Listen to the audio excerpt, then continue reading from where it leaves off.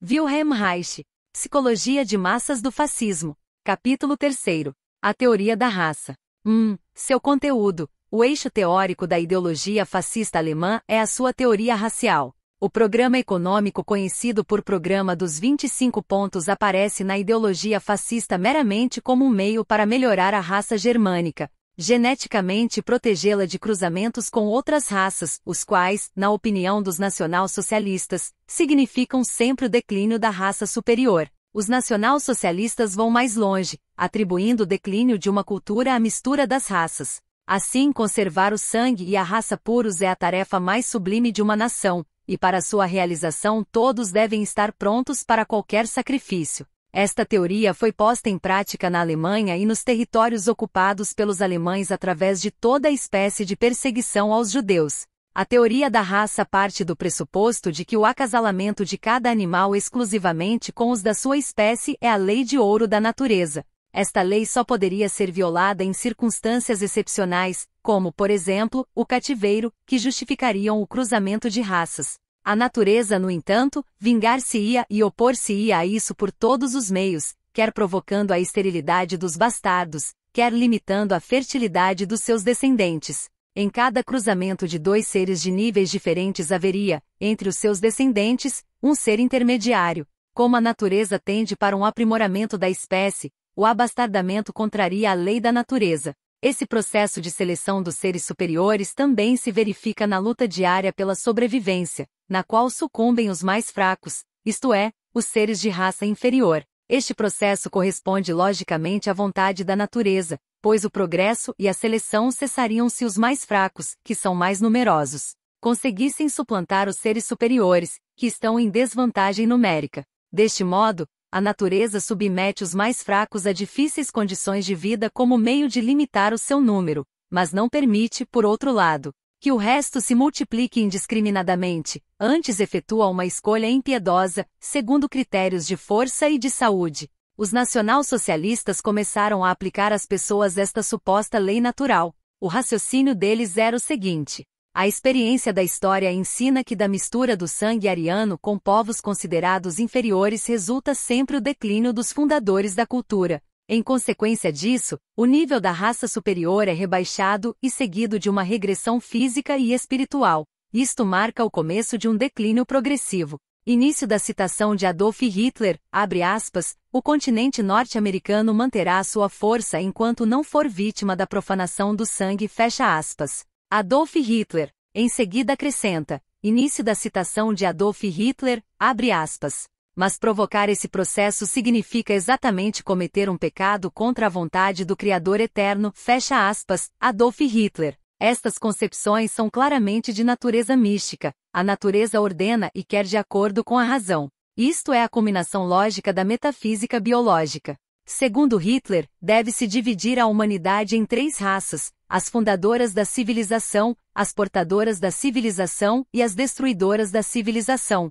A única raça fundadora de uma civilização seria a ariana, pois dela provém os alicerces e as muralhas das criações humanas. Os povos asiáticos, como os japoneses e os chineses, que são portadores de civilização, ter-se-iam limitado a absorver a civilização ariana, adaptando-a a novas formas. Os judeus seriam, pelo contrário, uma raça destruidora de civilizações. A existência de seres humanos considerados inferiores é a primeira condição indispensável para a criação de uma civilização. A primeira civilização humana foi baseada na utilização de raças humanas inferiores.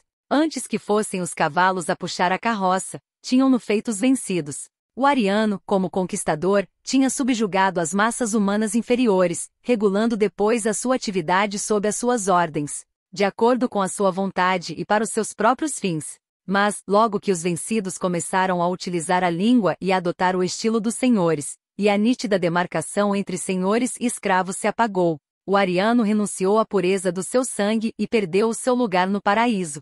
Desta maneira perdeu também seu gênio cultural. Início da citação de Adolf Hitler, abre aspas, o cruzamento de sangues e a consequente queda do nível da raça constituem a única causa da morte das velhas colônias. Porque os homens não sucumbem por perderem guerras, mas por perderem a capacidade de resistência que é característica do sangue puro, fecha aspas, Adolf Hitler. Não interessa refutar aqui, Objetiva e tecnicamente, esta concepção fundamental. Ela encontra um argumento na hipótese da seleção natural de Charles Darwin, que é, em alguns pontos, tão reacionária quanto é revolucionária a sua prova da origem das espécies a partir de formas de vida inferiores. Essa concepção constitui ainda um disfarce para a função imperialista da ideologia fascista.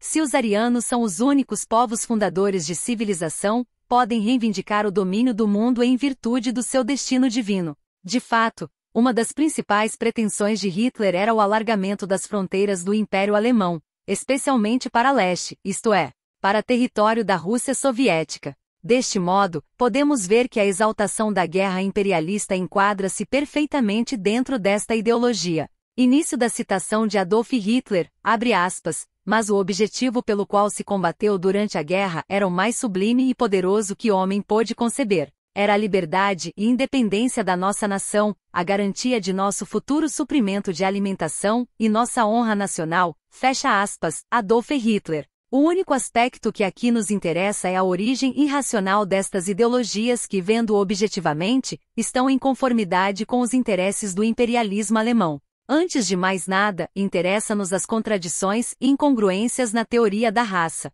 Por exemplo, os teóricos da raça, que invocam uma lei biológica como base da sua teoria, omitem o fato de que a seleção das raças nos animais é um produto artificial. Não interessa saber se o cão e o gato têm uma aversão instintiva ao cruzamento, mas sim se o cão pastor alemão e o galgo eslávico sentem a mesma aversão.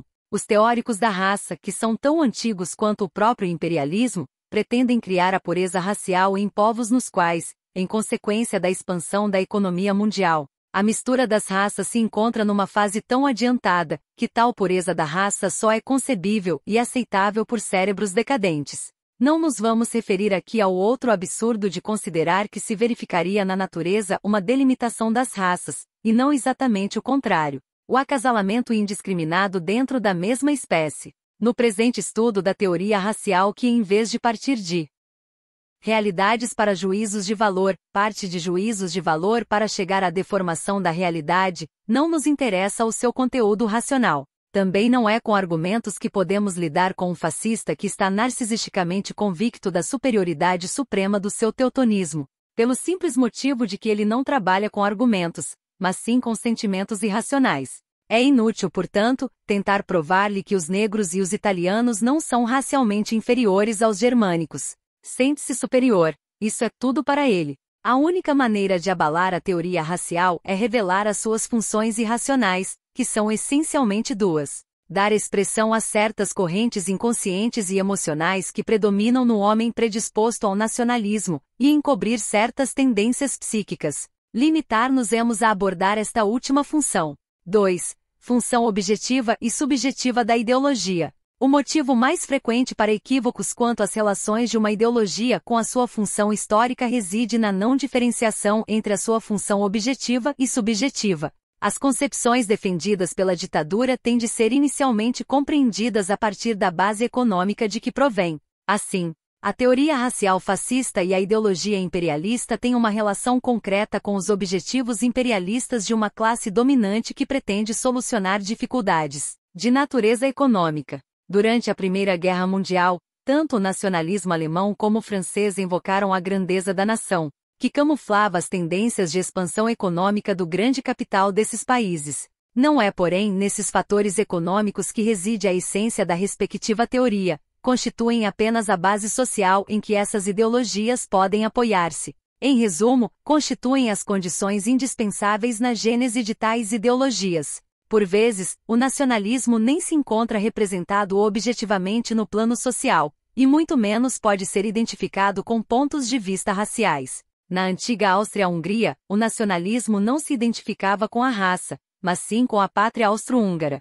Quando, em 1914, Beethoven fez um apelo ao teutonismo contra o eslavismo, logicamente deveria ter marchado contra a Áustria, estado predominantemente eslavo. Disto se conclui que as condições econômicas em que surge uma ideologia explicam a sua base material, mas não proporcionam um conhecimento imediato do seu fundo irracional. Este fundo surge diretamente da estrutura do caráter dos homens, sujeitos a determinadas condições econômicas e reproduzindo assim na ideologia o processo histórico-econômico. À medida que desenvolvem as ideologias, os homens se transformam. É no processo de formação das ideologias que vamos encontrar o seu fundo material. Assim, a ideologia surge com uma base material dupla, a estrutura econômica da sociedade e a estrutura típica dos homens que a produzem, estrutura esta que é, por sua vez, condicionada pela estrutura econômica da sociedade. Torna-se claro, assim, que o processo irracional de formação de uma ideologia cria, por sua vez, estruturas irracionais nos homens. A estrutura do fascismo caracteriza-se pelo pensamento metafísico, fé não ortodoxa, obsessão por ideais éticos abstratos e fé na predestinação divina do Fourier. Estas características estão associadas a um extrato mais profundo, que se caracteriza por uma forte ligação autoritária a um Fourier ideal ou à nação. A crença numa raça de senhores foi a mola mais poderosa tanto para a ligação das massas nacional-socialistas ao Fourier como o fundamento da sua aceitação voluntária da escravidão. Além disso, desempenha um papel decisivo a forte identificação com o Fourier, a qual serve para dissimular a situação real como um insignificante membro da massa. Apesar da sua vassalagem, cada nacional-socialista sente-se um pequeno Hitler. 3. Pureza de raça, envenenamento do sangue e misticismo. Início da citação de Adolf Hitler, abre aspas, paralelamente à contaminação política, moral e social do povo, tem se verificado, de muitos anos para cá, um envenenamento não menos terrível do corpo do povo pela sífilis, fecha aspas, Adolf Hitler. A sua causa principal foi a prostituição do amor. Início da citação de Adolf Hitler, abre aspas, a causa está, primordialmente, na nossa prostituição do amor. Mesmo que ela não resultasse nessa terrível epidemia, teria consequências extremamente funestas para o homem, pois os danos morais resultantes da degeneração são por si só suficientes para provocar a decadência lenta mas segura de um povo. Esta judaização da nossa vida espiritual e a introdução do mercantilismo nos nossos instintos sexuais acabarão por corromper, mais cedo ou mais tarde, toda a nossa descendência, fecha aspas, Adolf Hitler. Hitler resume assim a sua posição. Início da citação de Adolf Hitler, abre aspas. O pecado contra o sangue e a profanação da raça é o pecado original deste mundo e o fim de uma humanidade que se entrega a ele, fecha aspas, Adolf Hitler. Segundo este ponto de vista, o cruzamento das raças leva à mistura do sangue e, consequentemente, ao envenenamento do corpo do povo. Início da citação de Adolf Hitler, abre aspas, os resultados mais visíveis desta contaminação das massas pela sífilis encontramo-los nos nossos filhos. Estes, especialmente, são o lamentável produto da contaminação progressiva da nossa vida sexual. Nas doenças dos filhos estão patentes os vícios dos pais, fecha aspas, Adolf Hitler. A alusão aos vícios dos pais só pode significar o fato de estes se terem misturado com sangue de outras raças, especialmente com sangue judeu, introduzindo assim a peste judia mundial no sangue ariano puro. É necessário notar que essa teoria do envenenamento está estreitamente ligada à tese política do envenenamento do teutonismo pelo judeu do mundo Karl Marx, uma das principais concepções políticas do nacionalsocialismo e do seu antissemitismo tem raízes no medo irracional da sífilis. Consequentemente, a pureza da raça, isto é, a pureza do sangue, é um objetivo fortemente desejável e deve-se lutar por ele com todos os meios. Hitler insistiu incansavelmente em que devemos nos dirigir às massas não com argumentos, provas e conhecimentos, mas por meio de sentimentos e crenças. Na linguagem dos nacionalsocialistas como Keyserlin, Driesch, Rosenberg, Stapel e outros, os elementos nebulosos e místicos são tão brilhantes que vale a pena analisar essa característica. O que se esconde, afinal, atrás do misticismo dos fascistas que tão profundamente fascinou as massas? A análise das provas de que a teoria fascista da raça está certa, apresentada por Rosenberg em O Mito do Século XX, dá-nos a resposta a essa questão. Rosenberg escreve logo no início da citação de Alfred Rosenberg, abre aspas, os valores da alma da raça, que são as forças motoras de uma nova concepção do mundo, ainda não se converteram em parte da consciência viva, mas a alma é a raça vista por dentro.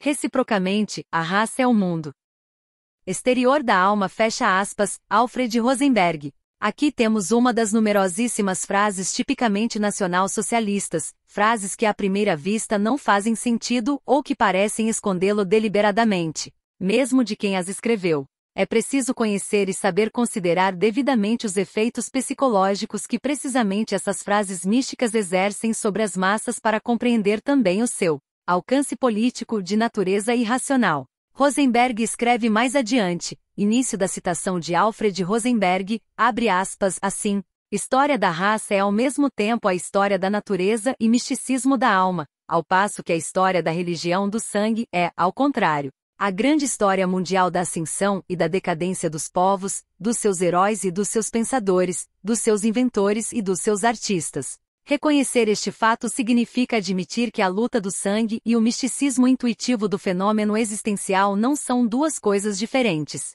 mas uma única e mesma coisa representada de maneiras diferentes. Fecha aspas, Alfred Rosenberg. Luta do sangue, misticismo intuitivo do fenômeno existencial, ascensão e decadência dos povos, envenenamento do sangue, a peste judia mundial. Tudo isto são partes e pedaços da mesma linha que começa na luta do sangue e termina no terror sangrento contra o materialismo judaico de Karl Marx e, finalmente, no genocídio dos judeus. Não prestamos um bom serviço à causa da liberdade se apenas escarnecemos do misticismo. Ele precisa ser desmascarado e reduzido ao conteúdo irracional em que ele se baseia. Esse misticismo, em grande parte naquilo que tem de mais importante, é o processo biológico energético concebido de modo irracional e místico, a expressão máxima da ideologia sexual reacionária. A concepção da alma e da sua pureza é o credo da sexualidade, da pureza sexual. Basicamente, é um sintoma do recalcamento sexual e do medo da sexualidade, determinado pela sociedade de tipo autoritário e patriarcal. Rosenberg tenta servir-se do exemplo dos gregos para provar a exatidão da tese segundo a qual a ascensão e a decadência dos povos têm a sua origem nos cruzamentos de raças, no envenenamento do sangue. Assim, os gregos teriam sido originariamente os representantes da raça nórdica pura. Os deuses Zeus, Apolo e Atena teriam sido símbolos de uma piedade muito grande e autêntica, guardiões e protetores do que é nobre e festivo, defensores da ordem. Exemplos da harmonia das forças espirituais, dos valores artísticos. Homero, proclama Rosenberg, nunca teve o menor interesse pelo êxtase. De Atena, ele afirma, início da citação de Alfred Rosenberg, abre aspas. O símbolo do raio consumidor da vida, saído da cabeça de Zeus, a virgem sensata e prudente, protetora do povo helênico e escudo infalível em suas batalhas. Estas criações piedosas da alma grega são provas da vida interior reta, ainda pura, do homem nórdico, são profissões de fé no sentido mais elevado do termo, e expressão da confiança na sua própria espécie. Fecha aspas, Alfred Rosenberg. Os deuses do Oriente Próximo contrastam com estes deuses que simbolizam a pureza, o sublime e a religiosidade. Enquanto os deuses gregos eram heróis da luz e do céu, as divindades dos povos não-arianos do Oriente Próximo tinham características todas terrenas. Dionísio, deus do êxtase, da volúpia, da excitação, representaria a intrusão da raça estrangeira dos etruscos e o começo da decadência do helenismo. Com o fim de apoiar a sua tese da alma de uma raça, Rosenberg separa arbitrariamente os deuses em duas categorias. Aqueles que representam o processo positivo do desenvolvimento cultural do helenismo, que ele chama grego, e os outros, também originários do helenismo, que ele descreve como deuses estrangeiros. O grande romantismo alemão sente, com o frêmito da veneração, que véus cada vez mais escuros encobrem os deuses luminosos do céu, e mergulha profundamente no instintivo, no amorfo, no demoníaco, no sexual, no estático, no túnico, na veneração da mãe.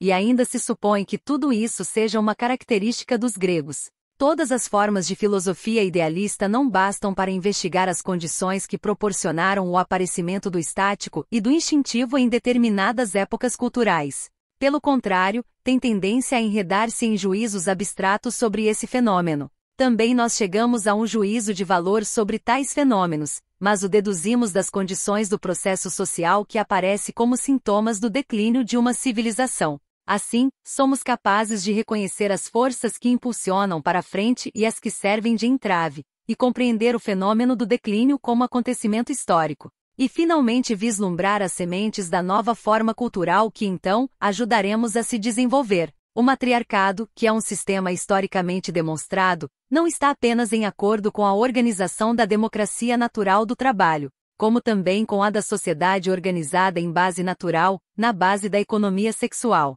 Ao contrário, o patriarcado não só se baseia na economia autoritária, como também a sua organização no plano da economia sexual é catastrófica. O casamento monogâmico permanente tornou-se a instituição básica da sociedade patriarcal, e continua sendo até hoje. Mas a fim de preservar esses casamentos, foi necessário restringir e depreciar cada vez mais as tendências genitais naturais. Esse processo não atingiu apenas a classe inferior cada vez mais explorada. Foram precisamente as classes superiores que desconheciam qualquer clivagem entre a sexualidade e a moralidade que foram obrigadas então a sentir tais conflitos. A repressão sexual faz parte integrante da divisão da sociedade em classes. O casamento e o dote que o acompanha constituem o ponto fundamental da passagem de uma organização matriarcal para patriarcal. A repressão sexual, associada à moralidade compulsiva, destruiu o decorrer natural e orgástico das relações sexuais e represa a energia sexual, liberada depois de formas distorcidas em neuroses, aberrações e comportamentos antissociais. Assim, a ideologia fascista da raça, ao contrário da ideologia cristã, transfere a sensualidade sexual para a raça estrangeira, relegando-a a uma posição inferior. O rebaixamento da raça estrangeira coincide, a partir de agora, organicamente com o imperialismo da fase tardia do patriarcado. Chegamos, portanto, ao ponto crucial. A sexualidade natural, reprimida pela sociedade patriarcal autoritária, é convertida em algo diabólico, demoníaco, impuro. Esta construção ideológica permite sustentar tanto a perseguição às raças consideradas inferiores como a manutenção da família autoritária, célula central da ordem social fascista.